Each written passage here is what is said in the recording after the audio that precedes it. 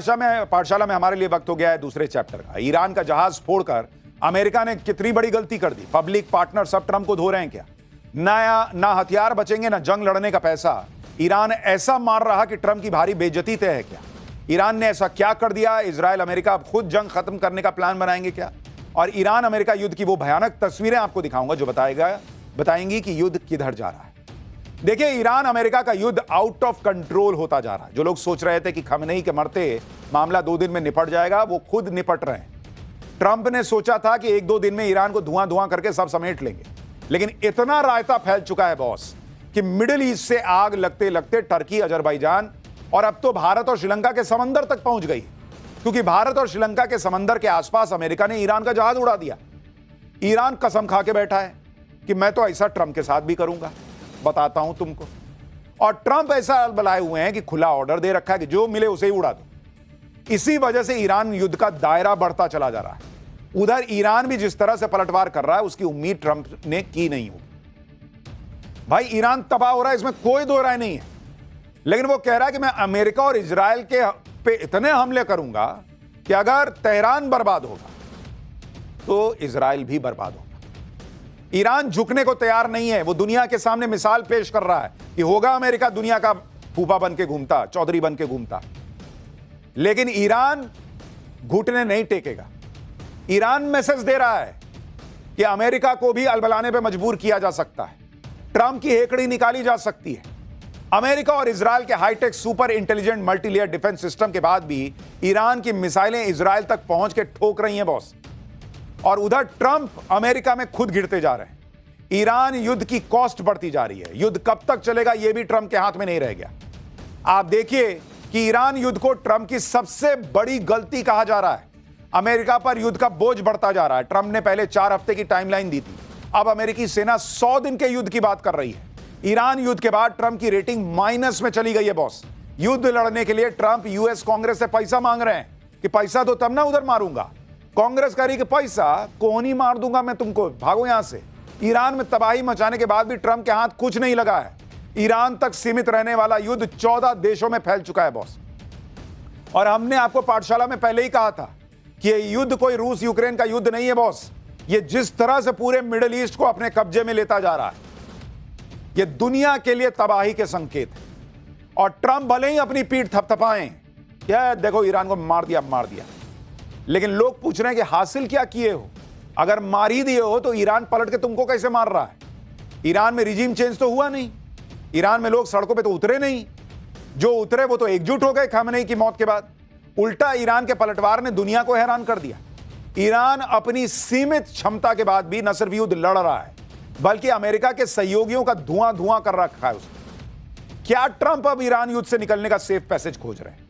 कैसे ईरान युद्ध भारत के पड़ोस तक आ गया है और ईरान ने क्यों कहा है कि वो 8 साल तक युद्ध लड़ सकता है, आज आपको सब बताऊंगा। ईरान ऐसे कौन से हमले कर रहा है जिसके बारे में अमेरिका तक ने नहीं सोचा था? यूएई क्यों इस युद्ध से अलग हो गया है? कैसे ट्रंप के साथी उनका साथ छोड़ते चले जा रहे हैं? ट्रंप ने कौन कौन से बड़े ब्लंडर कर दिए हैं? देखिए, ईरान युद्ध कैसे अमेरिका के हाथ से निकलता जा रहा है और भारत के पड़ोस तक युद्ध पहुंच गया है। आप उसको देखिए। आप देखिए कि कितने देश ईरान युद्ध से प्रभावित हो रहे हैं। भाई, ईरान ने अब तक मिडिल ईस्ट के करीब 14 देशों में अमेरिकी ठिकानों पर अपनी मिसाइलें दाग दी हैं, ड्रोन फोड़ दिए। Israel, Iraq, Saudi Arab, UAE, Qatar, Kuwait, Bahrain, Jordan, Oman, Cyprus और अजरबैजान में ईरानी मिसाइलों ने जमकर तबाही मचाई। वहीं नेटो देश तुर्की के ऊपर से ईरानी मिसाइलें उड़ने का दावा है, जिसे तुर्की ने इंटरसेप्ट करके आसमान में ही फोड़ दिया। जबकि लेबनान में इजराइल ईरान के प्रॉक्सी कहे जाने वाले हिजबुल्लाह के ठिकानों पर मिसाइलें बरसा रहा है। अमेरिका ईरान युद्ध की आंच भारत की सरहद तक आ पहुंची। कल अमेरिका ने हिंद महासागर में ईरान के एक वॉरशिप आइरिस डेना को डुबो दिया। इस हमले में अब तक ईरानी नेवी के 87 जवानों के शव बरामद हुए। अमेरिकी सबमरीन ने श्रीलंका के पास इस जहाज पर अटैक किया था। ईरानी शिप आइरिस डेना पर हमले के इस वीडियो को देखकर साफ पता चलता है कि शिप पर पानी के भीतर से मिसाइल अटैक हुआ था और धमाका इतना तेज था कि पानी की लहर करीब 50 फीट ऊपर तक उठी। देख रहे हैं आप, इस तरह से हमला हुआ है। और कहा जा रहा है कि यूएस सबमरीन ने अपनी MK-48 टॉर्पीडो से इस शिप पर हमला किया था। आइरिस डेना उन 19 विदेशी वॉरशिप में से एक था जो भारत मेहमान बनकर आया था। इन जहाजों ने 17 और 18 फरवरी को विशाखापत्तनम में हुए इंटरनेशनल फ्लीट रिव्यू में हिस्सा लिया था। राष्ट्रपति द्रौपदी मुर्मू ने आईएनएस सुमेधा से इस फ्लीट को रिव्यू किया था। भारत के साथ मिलिट्री एक्सरसाइज में हिस्सा लेने के बाद ईरान का यह जहाज वापस अपने देश लौट रहा था। जब यह श्रीलंका के पास उसके तट से करीब 40 किलोमीटर दूर था, उसी वक्त अमेरिकी सबमरीन ने इस पर मिसाइल दागी। दावा है कि ईरानी युद्धपोत पर न मिसाइलें थीं, न ड्रोन था, यह बिल्कुल निहत्था था। इसलिए सवाल उठ रहे हैं कि इस जहाज से अमेरिका को फिलहाल कोई खतरा नहीं था, तो फिर अमेरिका ने इसको क्यों डुबा दिया बॉस? अमेरिका जो हरकतें कर रहा है, आपको शोले फिल्म का वो गब्बर सिंह याद आ जाएगा बॉस, कि उसने ठाकुर के घर परिवार में निहत्थे बच्चों तक को मार दिया था और सोच रहा था मैंने बहुत तूफानी काम कर दिया। डोनाल्ड ट्रंप ने वही किया है, अमेरिका ने वही किया है कि वहां निहत्थे सैनिकों को तुमने बीच समंदर में मार दिया और अपने आप को चीता समझ रहे हो। वो तुमसे लड़ रहे थे क्या? वो तो बेचारे वहां से वॉर एक्सरसाइज करके वापस लौट रहे थे और उनको मार दिया तुमने अपनी पब्लिक को दिखाने के लिए, सोशल मीडिया पे वाहवाही लूटने के लिए कि देखो मैंने ईरान का एक और जहाज मार दिया। आप सोचिए डोनाल्ड ट्रंप कितना घबराया हुआ है बॉस, कि उसको इधर उधर जो मिले उसको मार के अपने लोगों को दिखाना है कि देखो मैं कुछ तो कर रहा हूं। ईरानी शिप पर हुए हमले के बारे में इंडियन नेवी का भी रिएक्शन आ गया है। भारतीय नौसेना का कहना है कि जब अमेरिका ने ईरान के शिप पर हमला किया तब उन्हें एसओएस यानी संकट का मैसेज मिला था, जिसके तुरंत बाद बचाव अभियान शुरू कर दिया गया और आईएनएस तरंगिनी जो उस साइट के पास मौजूद था उसे रेस्क्यू ऑपरेशन के लिए भेजा गया। वहीं आईएनएस इच्छक लापता लोगों के सर्च ऑपरेशन में लगाया गया है। अब आपको ग्राफिक्स के जरिए बताता हूं कि इस जहाज पर अमेरिकी सबमरीन ने कब, कहां, कैसे हमला किया। देखिए, ईरान का यह जहाज विशाखापत्तनम पोर्ट पर खड़ा था। यहां से श्रीलंका के आगे से होता हुआ अरब सागर की तरफ मुड़ा। इसी वक्त वहां यूएस नेवी की सबमरीन घात लगाकर बैठी हुई। उसने टॉर्पीडो से अटैक कर दिया और ईरान का यह जहाज 2 टुकड़ों में बंटकर डूब गया। अपने निहत्थे जहाज पर अमेरिका के इस हमले पर ईरान तमतमाया हुआ है। ईरान के विदेश मंत्री अब्बास अरागची ने कहा है कि उनके वॉरशिप डुबोकर अमेरिका ने बहुत बड़ी गलती कर दी। उन्होंने धमकी दी है कि अमेरिका ने जो कदम उठाया है ना, उसका अंजाम उसे आगे चलकर भुगतना होगा। अरागची ने कहा है कि यह हमला ईरान के तट से करीब 3000 मील दूर अंतर्राष्ट्रीय समुद्री इलाके में हुआ। उनके मुताबिक उस समय यह जहाज भारत की नौसेना के मेहमान के तौर पर वहां मौजूद था और उस पर करीब 130 नेवी ऑफिसर तैनात थे। अब ईरान की धमकी का ट्रेलर दिखना शुरू हो गया है। IRGC यानी ईरान रिवोल्यूशनरी गार्ड कॉर्प्स ने दावा किया है कि उसने अमेरिकी ऑयल टैंकर पर हमला करके उसे तबाह कर दिया। ईरान का कहना है कि यह जहाज हॉर्मुज स्ट्रेट को पार करने की कोशिश कर रहा था, जिसे ईरान ने फिलहाल बंद कर रखा है। यानी ईरान ने हॉर्मुज स्ट्रेट से किसी भी जहाज के आने जाने पर पाबंदी लगा रखी है। लेकिन इस अमेरिकी जहाज ने ईरान की धमकी को हल्के में लिया और अब वो धीरे धीरे पानी में डूब रहा है। और ईरान हर वो जवाब दे रहा है जिसकी शुरुआत अमेरिका कर रहा है। भाई, इंटरनेशनल वाटर में तुम मार रहे हो, निहत्थे लोगों को मार रहे हो, तो ईरान कह रहा है कि तुम अगर नियम नहीं मानते तो मैं कौन सा युद्ध का नियम मानूं, फिर मैं मारूंगा तुमको। और ईरान न सिर्फ अमेरिकी टैंकर पर हमले कर रहा है, बल्कि उसकी प्लानिंग तो इससे भी ज्यादा बड़ी है। ईरान ने धमकी दी है कि वो इजरायल के न्यूक्लियर पावर सेंटर डिमोना पर हमला कर सकता है। डिमोना न्यूक्लियर साइट को आधिकारिक तौर पर Shimon Peres Negev nuclear research centre कहा जाता है। यह इजरायल के नेगेव रेगिस्तान में एक बेहद गुप्त परमाणु केंद्र बताया जाता है। कहा जाता है कि यहीं पर इजरायल के परमाणु बम रखे हुए हैं और इसे इजरायल की परमाणु बम फैक्ट्री कहा जाता है। इसी पर ईरान कह रहा है कि लोग कह रहे हैं कि ईरान हमला कर सकता है। ईरान के एक सैन्य अधिकारी ने कहा कि ईरान इजरायल की डिमोना न्यूक्लियर साइट पर हमला करने की धमकी दे रहा है। इजरायल की इस न्यूक्लियर साइट का ऑफिशियल नाम Shimon Peres Negev nuclear research centre है, जो नेगेव रेगिस्तान में डिमोना शहर से करीब 13 किलोमीटर की दूरी पर बना हुआ। दावा किया जाता है कि इजरायल ने 1958 में फ्रांस की सीक्रेट हेल्प से यह परमाणु रिसर्च सेंटर खोला था। ईरान के लिए इस न्यूक्लियर सेंटर को निशाना बनाना इसलिए मुश्किल है क्योंकि दावा है कि यह जमीन के अंदर करीब 100 मीटर की गहराई में है। इस एरिया को इजरायल ने पहले ही नो फ्लाई जोन घोषित कर रखा है। परमाणु सेंटर की सुरक्षा के लिए इजरायल ने 3 लेयर की सिक्योरिटी बना रखी है, जिसमें शक्तिशाली आयरन डोम, एरो 3 और David's sling air defence system शामिल है। ईरान ने अमेरिका की नींद उड़ा रखी है बॉस, इजरायल की नींद उड़ा रखी है। अमेरिका के खतरनाक फाइटर जेट F-15 को मार गिराने का फिर से दावा किया है। हालांकि अमेरिका ने इन खबरों का खंडन किया है। ईरानी न्यूज एजेंसी ने एक वीडियो जारी किया जिसमें एक फाइटर जेट आसमान से पहाड़ियों में गिरता दिख रहा है। ईरान का दावा है कि यह अमेरिकी फाइटर जेट है। ईरान की बैलिस्टिक मिसाइल ऐसा मार रही है कि उनके सामने 5-5 लेयर के एयर डिफेंस सिस्टम फेल हो जा रहे हैं बॉस। आप देखिए कि ईरान की मिसाइलें इजराइल के एयर डिफेंस को चकमा देते हुए अपने टारगेट को तबाह कर दे रही है। जो बम फूट रहा है ऐसे ही फूट रहा है भाई। ईरान इसके लिए जी जान लगाए हुए। आप वीडियो देखिए। ईरान की एक बैलिस्टिक मिसाइल को रोकने के लिए इजरायली एयर डिफेंस सिस्टम की 2 मिसाइलें लॉन्च होती हैं, लेकिन ईरान की मिसाइल इजराइल की दोनों मिसाइलों को छकाते हुए तेल अवीव में अपने टारगेट को फोड़ देती है। देखिए, एक बात समझिए, ईरान अकेला लड़ रहा है बॉस, अकेला। और इधर उसके सामने उसके पड़ोस से लेकर उधर इजराइल तक अलग अलग लेयर के डिफेंस सिस्टम मौजूद हैं। फिर भी वो इजराइल को भी फोड़ रहा है और जो लोग अमेरिका का साथ दे रहे हैं, जो देश, उनको भी फोड़ रहा है। ईरान अगर इजराइल पर 10 मिसाइल मारता है ना, तो उसमें से 1 या 2 ही मिसाइल जाकर वहां गिर पाती है, और वो ईरान के लिए बहुत बड़ी कामयाबी है। क्यों, मैं आपको बताता हूं। क्योंकि ईरान की मिसाइल्स को मल्टी लेयर एयर डिफेंस का सामना करना पड़ रहा है। कैसे हो रहा है आपको दिखा रहा हूं। देखिए, ईरान की मिसाइल जब निकलती है ईरान से, तो सबसे पहले तो उसको इराक रोकता है, क्योंकि वो पड़ोस में है। तो उधर से इजराइल तक पहुंचने के लिए पहले इराक से गुजरेगी, इराक रोकता है, वहां पे अमेरिका रोकता है। इराक में अमेरिकी पेट्रियट डिफेंस सिस्टम इन मिसाइलों को रोकता है। यहां से जो मिसाइल बच गई, मान लीजिए 10 छोड़ा, 2 बर्बाद हो गई, 8 निकली, वो आगे जाती है। आगे सीरिया और जॉर्डन के एयर स्पेस में इंटर करती है। जॉर्डन भी ईरान की मिसाइलों को इंटरसेप्ट करता है, और इस समय तक इजराइल के फाइटर जेट्स मिसाइलों को नष्ट करना शुरू कर देते हैं, क्योंकि बगल में तो है नहीं। यहां से निकले, 5 मिनट में पहुंच गए। पहले जैसे ही निकलता है इराक के ऊपर 2-4 फोड़े, वहां से मैसेज चला जाता है कि भाई बाकी बच गया, तेरे तरफ आ रहा है।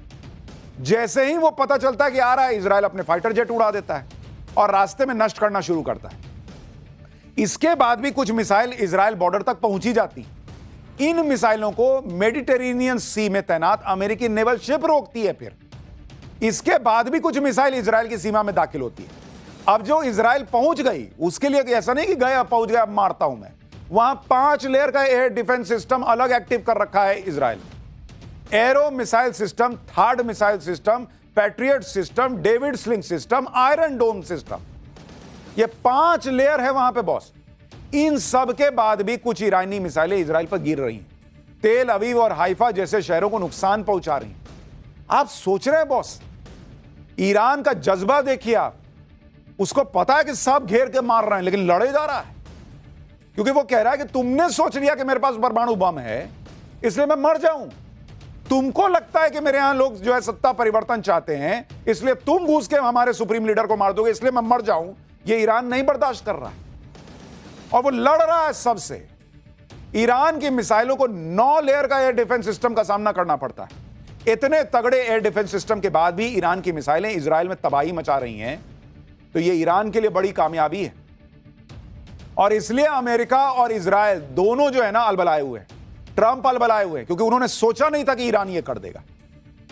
और इस अलबलाहट में उनको जो सामने दिख रहा है उसको फोड़ने की कोशिश कर रहे हैं। अमेरिका और इजराइल ईरान पर 3 तरफा हमले कर रहे हैं, एक जमीन से, दूसरा आसमान से, तीसरा समंदर से। यह अमेरिकी नेवी के वॉरशिप का वीडियो देखिए।